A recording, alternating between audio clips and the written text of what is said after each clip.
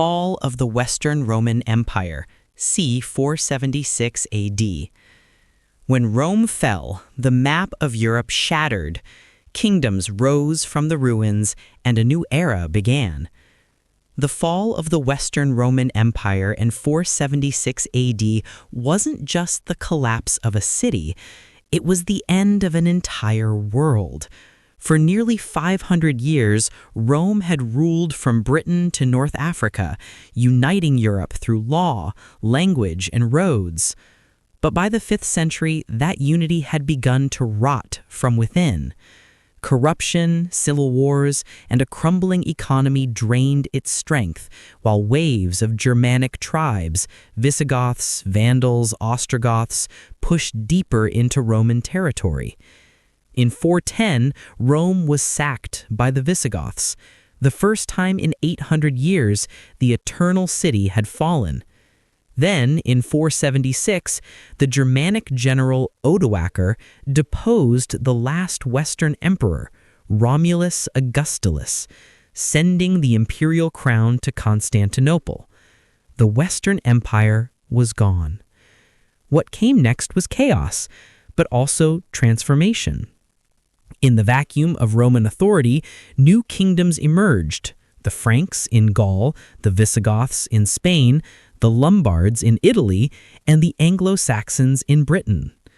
Latin splintered into new languages, the roots of French, Spanish, and Italian.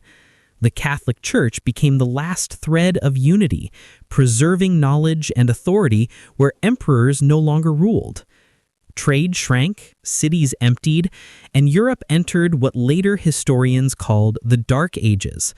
But it was also the birth of medieval Europe. Power shifted from emperors to kings, knights, and popes.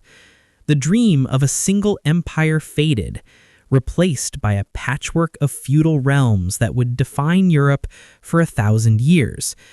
So when Rome fell, it didn't just mark an ending, it reset Europe's story, turning imperial order into a mosaic of nations, faiths, and cultures. From the ashes of Rome, Europe as we know it was born. The 100 Years' War, 1337 to 1453.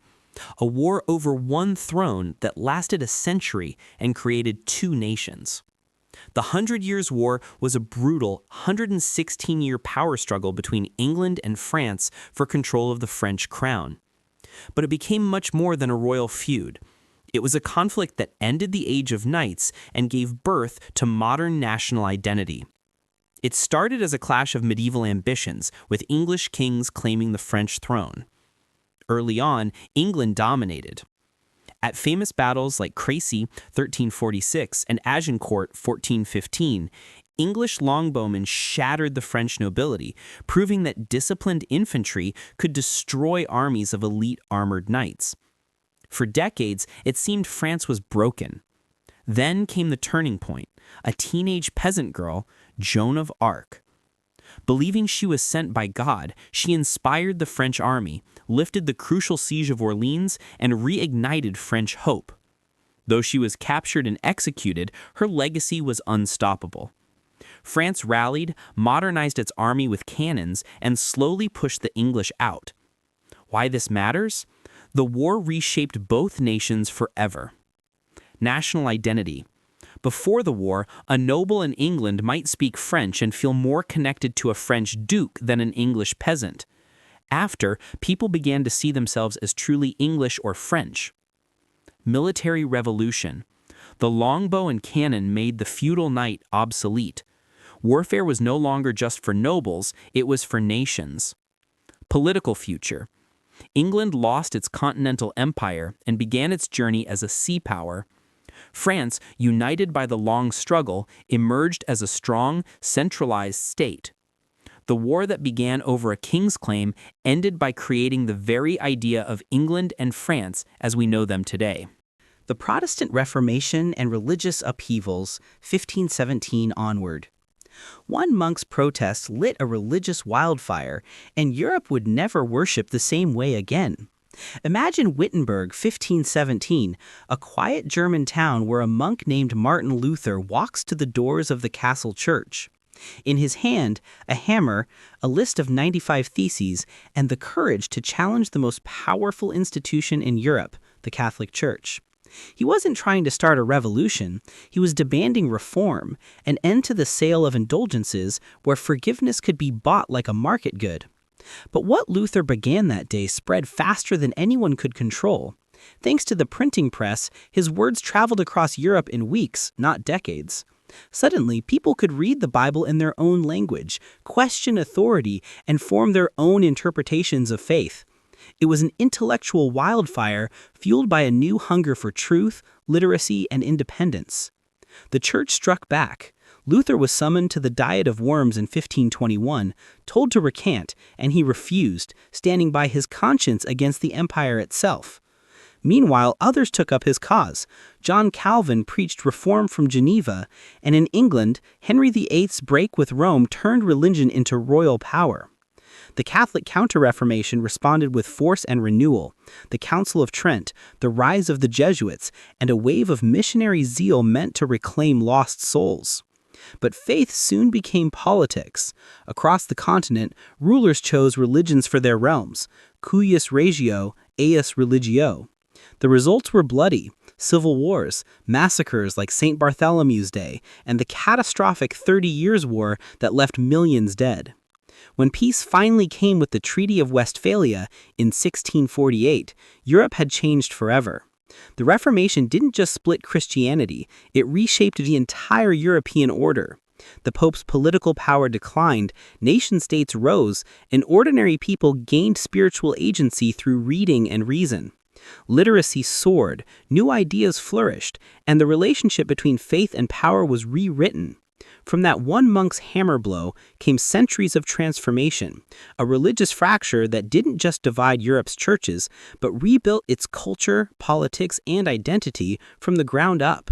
The 30 Years' War, 1618 to 1648, a war that began over faith, burned half of Europe, and ended by inventing the modern state. The 30 Years' War, 1618 to 1648, was one of the most catastrophic conflicts in European history, a brutal struggle that began with a prayer and ended with politics. It started in the Holy Roman Empire, when Protestant nobles in Bohemia threw 2 Catholic envoys out of a castle window, the infamous defenestration of Prague. That act of defiance ignited a firestorm across Europe. What began as a religious conflict between Protestants and Catholics quickly mutated into a geopolitical free-for-all. Major powers, Spain, France, Sweden, Denmark, and the Habsburgs, all joined in, not for God, but for dominance. Armies roamed the continent, burning villages, looting cities, and leaving Germany's population reduced by nearly a third. Entire regions became wastelands. But from this nightmare came transformation. After 30 years of slaughter, the Peace of Westphalia, 1648, finally ended the war and reshaped Europe forever. It declared that no empire or pope could dictate a nation's faith. Each ruler could choose their own religion, and each state was recognized as sovereign and independent. This was the birth of the modern international order. The idea that nations, not empires or religions, define world politics. Borders became sacred, diplomacy replaced crusades, and Europe began to look like the political map we recognize today. So while the 30 Years' War devastated a generation, it also redrew the rules of power, replacing holy wars with the modern system of states that still governs Europe centuries late. Ottoman-Habsburg conflicts and the sieges of Vienna, 16th and 17th centuries. 2 sieges, one moment. Vienna's survival stopped an empire and saved Europe's balance of power. Imagine standing on Vienna's walls in 1529. Cannon smoke, a vast Ottoman army under Suleiman the Magnificent pressing the gates for the first time. That attack failed, but it proved the Ottomans could reach the heart of Europe.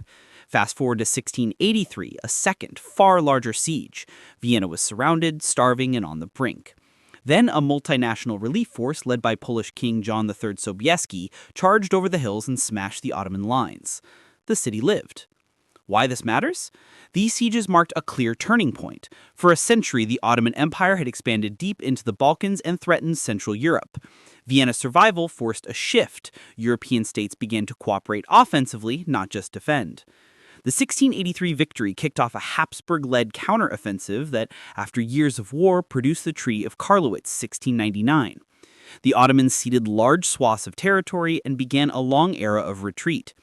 Outcomes you can still see: the Habsburgs consolidated power in Central Europe, Ottoman expansion stalled, and the balance of power tilted west. Borders, trade routes, and religious frontiers were redrawn. Militarily, siege warfare and artillery shaped new fortresses and logistics plans across the continent. So Vienna wasn't just a city saved, it was the hinge that slowed an empire, spurred European coalitions, and helped shape the map and politics of modern Europe. The French Revolution, 1789 to 1799. One monk's protest lit a religious wildfire, and Europe would never worship the same way again.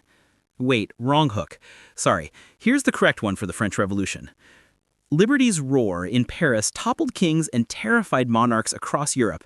Imagine being in Paris in 1789. Breadlines, rising taxes, and a court that seemed blind to ordinary people's pain. The crisis boiled over when angry crowds stormed the Bastille on July 14, 1789, a symbolic act that lit the fuse. What followed was a fast, violent unmaking of the old order.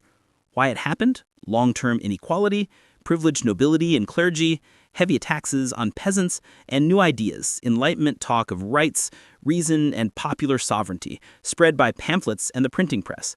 Key moments quickly: the National Assembly abolished feudal privileges and passed the Declaration of the Rights of Man, August 1789. In 1792 to 93, a frightened France declared war on monarchies and turned inward. The Reign of Terror, 1793 to 94, executed thousands in the name of saving the Republic. King Louis XVI was guillotined in January 1793. By 1799, crisis and war cleared the way for Napoleon's coup, which ended the revolution's chaotic phase but kept many of its reforms. Outcomes that mattered: feudal obligations and aristocratic legal privilege were smashed. The idea that sovereignty rests with the people became mainstream. The Napoleonic Code spread legal equality and property rights across Europe. Nationalism and mass conscripted armies changed warfare. Kings no longer ruled by divine right alone. In short, the French Revolution tore up the old script for power. It made rights, law, and nation the new language of Europe, and its aftershocks shaped modern politics for centuries. The Napoleonic Wars, 1792 to 1815. One general conquered Europe and left behind laws and nations that lasted centuries. Picture a Corsican artillery officer rising from Republican chaos to rule as emperor. That man, Napoleon Bonaparte, dominated Europe between 1792 and 1815, reshaping borders, armies, and laws. Why it happened? After the French Revolution, Europe was unstable. Napoleon married military skill to political ambition. He defeated coalitions again and again, creating a French-led order across much of the continent. Key moments: Austerlitz, 1805, his masterpiece victory that humbled Austria and Russia. Trafalgar, 1805, a naval defeat that ended French hopes at sea. The invasion of Russia, 1812, a catastrophe. Of roughly 600,000 who marched in, only about 100,000 came back. Finally, Waterloo, 1815, ended Napoleon for good.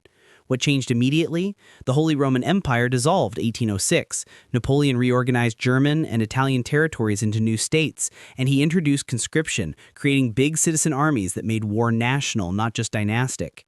He also exported the Napoleonic Code, clear laws on property, contract, and civil rights that replaced feudal rules from Spain to Poland.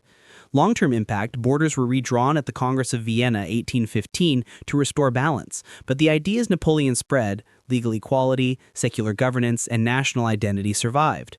Nationalism then drove 19th century unifications, Germany, Italy, and shifted politics from royal privilege to popular nationhood.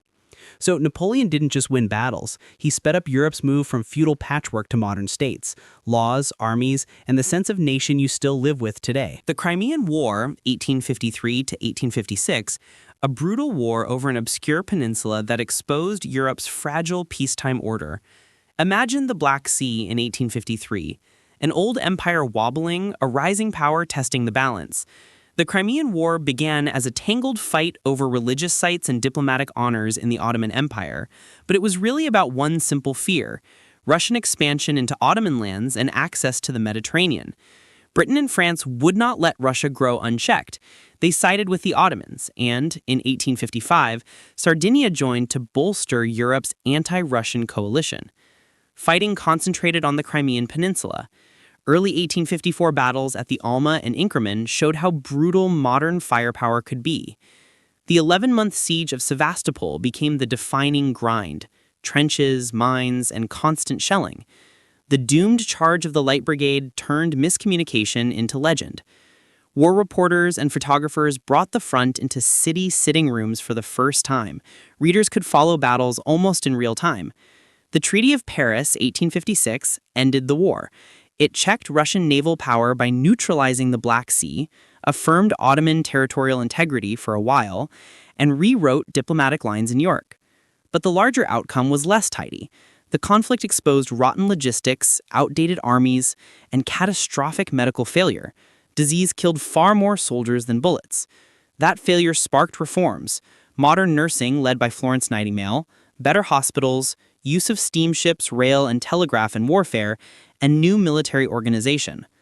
Long-term, the Crimean War punctured the old concert of Europe, revealed Russia's weaknesses, spurring internal reform, and accelerated military and medical modernization across the continent, a harsh lesson that reshaped how European powers prepared for the wars to come. World War I, 1914 to 1918. A single summer pushed Europe into a war that erased empires and rewrote the continent. Think of June 28, 1914, the assassination of Archduke Franz Ferdinand, as the spark in a room stacked with tinder: rival alliances, rising nationalism, imperial rivalries, and an arms race. Within weeks, a regional crisis exploded into a general war. From 1914 to 1918, Europe fought like never before. On the Western Front, trench lines stretched for hundreds of miles. Mud, rats, endless shelling. Battles such as Verdun and the Somme turned ground into slaughterhouses, costing roughly 1 million casualties at the Somme alone. On the Eastern Front and in the Middle East, battles moved faster but were no less brutal. New weapons, machine guns, poison gas, tanks, and airplanes made the war industrial and total. By the time the armistice came on November 11, 1918, the human cost was staggering: about 16 million dead and more than 20 million wounded. Empires collapsed. The Austro-Hungarian, Ottoman, Russian, and German monarchies fell, and maps were redrawn across Central and Eastern Europe. The Treaty of Versailles, 1919, tried to settle scores, but saddled Germany with heavy reparations and political humiliation, planting seeds of resentment. The war also fueled revolutions, notably Russia, 1917, accelerated women into factories and political life, and birthed the League of Nations, an uneasy first attempt at global order. Bottom line, World War I ended old empires and modernized war, but it also left unresolved grievances, new nations, and a political climate that made a second, even deadlier conflict far more likely. Russian Revolution and Civil War, 1917 to 1923. From Tsar to Soviets, one revolution would force Europe to divide itself by ideology. By 1917, Russia was collapsing under the weight of World War I. Millions dead, food shortages everywhere, and faith in the Tsar completely shattered. When soldiers began deserting and workers flooded the streets of Petrograd, centuries of monarchy fell apart almost overnight. Tsar Nicholas II abdicated, ending more than 300 years of Romanov rule. The First Revolution in February 1917 brought a provisional government, promising democracy, but it couldn't deliver peace or bread. Enter Vladimir Lenin and the Bolsheviks, who seized the moment. In October 1917, they stormed the Winter Palace with the slogan, "Peace, Land, Bread," and overnight, Russia became the world's first communist state. The new government immediately withdrew from World War I, signing the Treaty of Brest-Litovsk with Germany, losing huge territories but buying time to consolidate power. Then came chaos, the Russian Civil War, 1918 to 1923. Red Army versus White forces, plus foreign intervention from Britain, France, Japan, and the US. The war devastated the country. Around 8 to 10 million people died from fighting, famine, and disease. When the Reds finally triumphed, Lenin established the Union of Soviet Socialist Republics, USSR, in 1922, a new kind of state built on ideology, not monarchy. Communism now stood as a direct challenge to Western capitalism. For Europe, this was revolutionary and terrifying. One nation had gone from absolute monarchy to socialist experiment in just a few years. The revolution's ripple effects were enormous. It inspired uprisings and socialist movements across Europe, from Germany to Hungary, while pushing other nations to clamp down in fear of similar revolts. Economically, it isolated Russia. Politically, it created a new global divide that would define the 20th century: democracy and capitalism on one side, communism on the other. In short, the Russian Revolution didn't just change Russia, it redesigned Europe's political map, turning ideology itself into a battlefield. World War II, 1939 to 1945. The deadliest war in history reshaped borders, guilt, and the very idea of a united Europe. World War II began in 1939 when Nazi Germany invaded Poland, triggering Britain and France to declare war. But this wasn't just another conflict. It was a total war of ideology, empire, and survival. In just 2 years, Hitler's forces dominated most of Europe. France fell, Britain stood alone, and the Nazi-Soviet pact carved Eastern Europe in two. Then came Operation Barbarossa in 1941, Germany's invasion of the Soviet Union, followed by Pearl Harbor, which brought the United States into the war. From that point, the conflict became global. Tens of millions fought across continents, from the deserts of North Africa to the ruins of Stalingrad and the beaches of Normandy. Behind the front lines, the Holocaust became Europe's darkest chapter. The systematic murder of 6 million Jews and millions of others deemed undesirable. Cities like Warsaw, Rotterdam, and Dresden were reduced to rubble. By 1945, over 60 million people were dead, half of them civilians. When Germany finally surrendered in May 1945, Europe was in ruins. The Nazi regime collapsed, but so did the illusion of old empires. The British and French colonial systems began to break apart as nations demanded independence. At the same time, a new power struggle emerged. The US and the Soviet Union divided Europe with the Iron Curtain. To prevent another catastrophe, European nations took an unprecedented step: cooperation instead of rivalry. Projects like the Marshall Plan rebuilt economies, and later institutions like the European Coal and Steel Community laid the groundwork for today's European Union. In the end, World War II didn't just end Nazi rule, it forced Europe to redefine itself from empire to cooperation, from nationalism to integration. The scars remain, but so does a lesson. Unity, not domination, is the only way to keep the peace. The Cold War, 1947 to 1991. For 40 years, Europe lived behind two ideologies, and the line between them defined a continent. When World War II ended, Europe was in ruins, but peace didn't bring unity. Instead, the continent was split in two by a new kind of war, one without open battlefields, fought through fear, propaganda, and power. On one side stood the United States and its allies in Western Europe, promoting democracy, capitalism, and open markets. On the other was the Soviet Union, spreading communism and state control across Eastern Europe.